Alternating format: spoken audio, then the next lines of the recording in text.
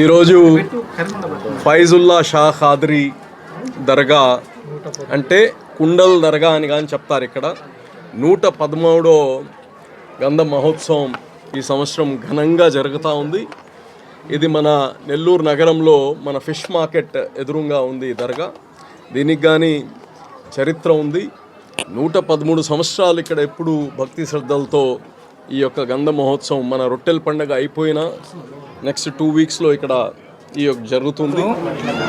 మన నెల్లూరులోని ఏదైతే కుమ్మరి వీధి పక్కన అదేవిధంగా ఫిష్ మార్కెట్ ఎదురు సందులో ఉన్న ఫైజుల్లా షా ఖాద్రీ దర్గా ఏదైతే ఉందో ఇది కుల మతాలకు అతీతంగా హిందూ ముస్లింల కలయికకు ఇది కూడా ఒక నిదర్శనం.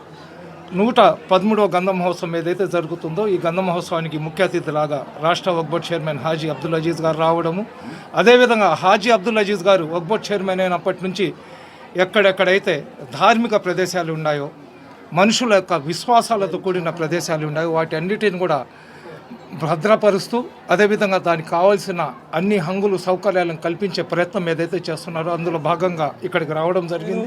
ఈ దర్గాకి రావడం గత కొన్ని సంవత్సరాలుగా సమితో అలవాటైపోయి ఉంది.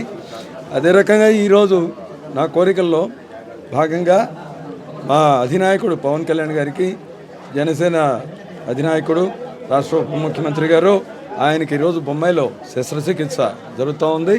అది ఈ దర్గాలో నా ప్రత్యేక ప్రార్థనలతో ఆయన శస్త్రచికిత్స దిగ్విజయంగా జరగాలని కోరుకుంటూ అందరికీ శుభాకాంక్షలు.